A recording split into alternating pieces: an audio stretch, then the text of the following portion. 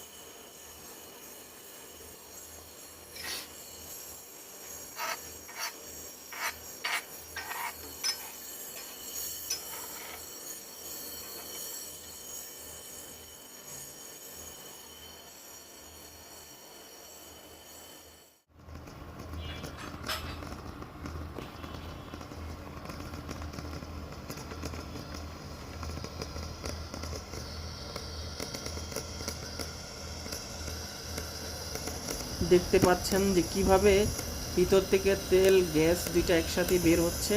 তো এখানে ব্যাপারটা হচ্ছে যে গ্যাস যেটা বের হচ্ছে সেটা উড়ে চলে যাবে, আর তেলগুলা নিচে থেকে যাবে, মানে ফ্লোরে তেলগুলা থেকে যাবে। তো আমাদের সাথেই থাকুন, আমরা কিভাবে কাজ করতেছি এটা দেখবেন, যে কীভাবে ওয়াশ করছি তারপর গ্যাসটা করব। আমাদের সাথেই থাকবেন। আর এই ধরনের কোনো প্রবলেম ফেস করলে অবশ্যই আমাদের ইনবক্সে যোগাযোগ করবেন। যে কোনো ফ্রিজে বা ইনভার্টার নন ইনভার্টার যে কোনো ধরনের প্রবলেম ফেস করলে আমাদের সাথে যোগাযোগ করবেন।